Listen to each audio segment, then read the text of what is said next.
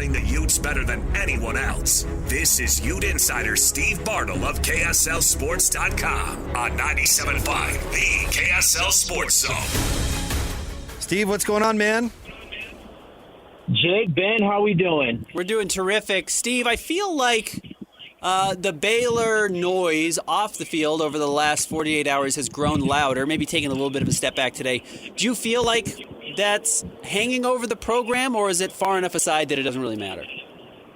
You know, it's interesting. So I just landed at the airport and was on the shuttle to the car rental spot, and sitting next to me were a couple of football folks, and they were actually talking about the Baylor situation. And so, it's certainly a hot topic of conversation right now. And, I have no real sense for what sort of impact it's going to have on the team. But, listening to Dave Aranda's press conference earlier this week, he started out that presser with, I think, 4 or 5 straight questions about that situation. And so it's certainly something that I think there's enough noise where, it could be a distraction, at least, in the sense of what I'm able to gather. But I have no real feel for what, the whole Mac Road situation is going to mean for Utah in the game tomorrow. But I do think it's certainly a hot topic of conversation, not only in the Big 12, but just, college football, in general. What was the reasoning for tapping Harlan? I think obviously his experience. He was just recently on the college football playoff committee 2 years ago in 2023, and kind of given the situation we're in, in where we're at in the season, right? We've already seen 2 playoff rankings, and we've got a month until the final rankings debut, and so to have somebody with that sort of experience, obviously is a big thing. And so I think that above all else is why Mark Harlan was tabbed as the guy to fill that spot for the Big 12. And I think, talking just to some people, Mark's going to go about this the right way. He's going to put the conference forward. I think there's been a lot of conversation, maybe crashing out by some about Mark Harlan and stepping into this role and what it means for the conference. But I think Mark is going to put his best foot forward and do what's best for the Big 12. I have watched Baylor, and they just don't seem particularly threatening. I get that they can move the ball through the air, but am I way off? Is this a more dangerous team than I'm giving them credit for? Am I underselling them? No, it's an interesting, conversation with Baylor. I think Sawyer Robertson is, one of the best quarterbacks, not only in the Big 12, but in the country. And when you have a quarterback like that, you're going to have a puncher's chance. But I think the rest of this Baylor team, outside of the passing game, it's just they've been hurt by injuries. They've lost a couple defensive linemen. The offensive line is a mess. And so there's just a lot of things when you look at the matchup between Utah and Baylor that point in Utah's favor. But again, like I said, when you've got a quarterback like Sawyer Robertson who's, playing as efficiently as he is while still being able to capitalize and create a lot of explosives, that's kind of the worry in this matchup is, Utah has been susceptible to the explosive plays through the air. And with Robertson and his collection of pass catchers, that's going to be a tough test. That's going to be the biggest test for Utah on that side of the ball. I think Utah is going to be able to get the ground game going. I think we're to the point where Utah's done it enough where the question is, can the opponent limit Utah's rushing attack more so than it is Utah establishing it? That's just how efficient, how effective they've been in establishing the ground game. And so I think this is another favorable matchup for Utah on the offensive side of the ball. Now with Dave Aranda and Baylor having a bye week, and obviously Utah coming off a bye week as well, but with Dave Aranda, what sort of adjustments can he make defensively? That's going to be an interesting element as we get to tomorrow. I think Aranda and that Baylor defense did a pretty impressive job against UCF, which is a pretty solid rushing attack in their own right. it's not Utah's rushing attack, but they still limited them to pretty solid numbers on the ground. So I think that's going to be a fun test. But just in terms of the overall matchup, I think Utah's pretty heavily favored, and that's that speaks to just the totality of offensively, defensively, special teams. I think Utah's favored.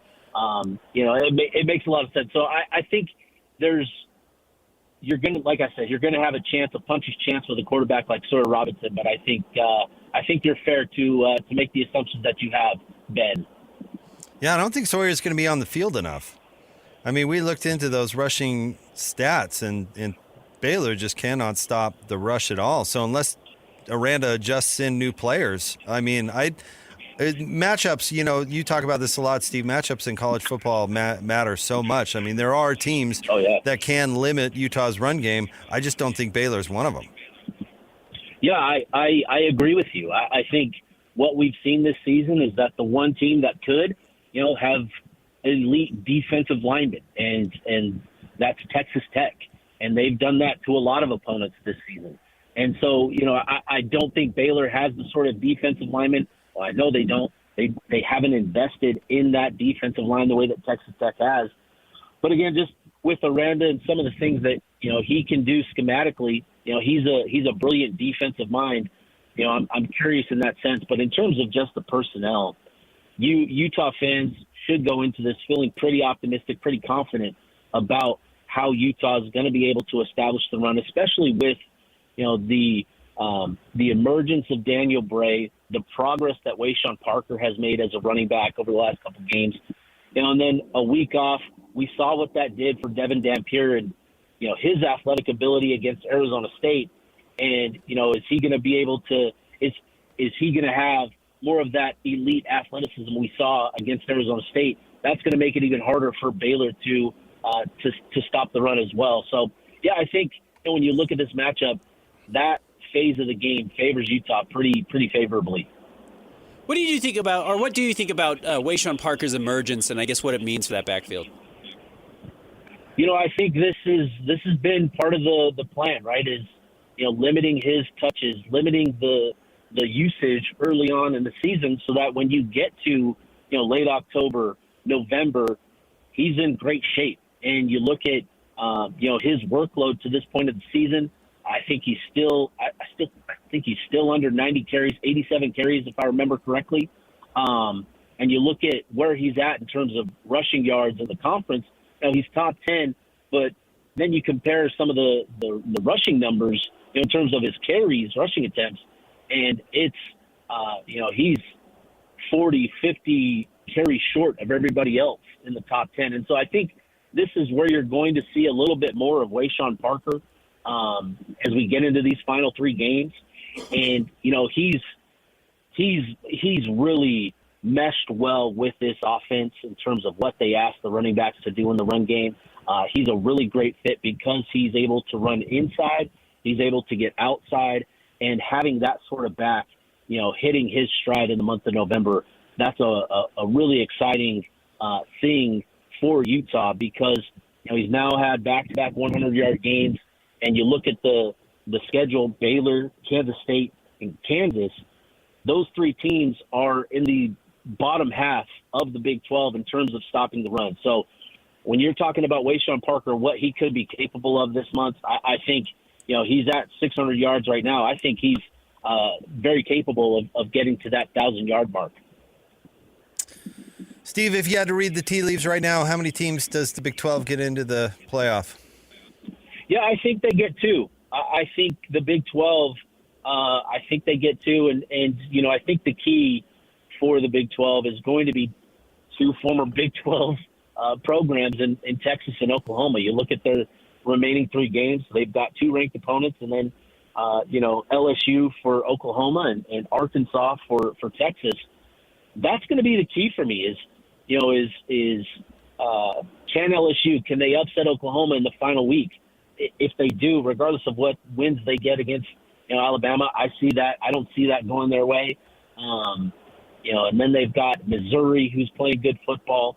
So that's going to be the key for the Big 12 is Oklahoma, Texas. and what they do. But I think just on their own merits as well, with the way that Texas Tech has played, with BYU taking care of business, getting wins, regardless of how it's looked and how they've performed in the metrics, at the end of the day, it's a win-loss sport. And, BYU at one loss, they're in a good spot in terms of how they look right now. Utah playing great football, 7-2, and really hitting their stride. Obviously, the league is going to need help. And I personally, I think they're going to get help. I think there's going to be a little bit more chaos over the final month of the season. And I think the Big 12 gets 2 bids in. Steve Witt just likes sunsets, or is he hinting at something else? Yeah, I thought that was interesting. So Utah football posted a little clip of Witt, not necessarily enjoying the sunset, but obviously with the sunset as the backdrop. And I think just kind of given where he's at in his career, it was certainly interesting. And so, yeah, I asked him about sunsets, and he got a laugh out of it. But I think, we're all to that point where you see something like that and you're just like, okay, that's not nothing. Now, do we see something anytime soon? I don't know. I think Witt is, he's committed to this team. He loves this team. He talks about it all the time. He really enjoys coaching this team. He's having a lot of fun, and I think that's the thing for him in Utah is, he seems pretty determined to finish this season the right way, and then, we'll see. How do you like Waco? I'm staying in Dallas. I did Waco the last time we were down here in 2023.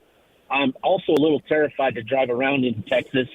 Within the last time we were here, within the first hour, we had a runaway trailer almost run us off the road, which was crazy. So yeah, I have I love the barbecue down here. That's where I'm headed right now. I just landed, and first place I'm going to is Goldie's Barbecue. So I enjoy that part of it. But, the rest of the trip, I'm going to be dealing with a little PTSD, I guess, everywhere I go, worrying about the trailers, the runaway trailers. Well, stay safe out there, Steve, and we'll be following all your coverage tomorrow. Thanks, buddy. Appreciate you guys. Have a good one. Thank you, Steve. Thanks, Steve.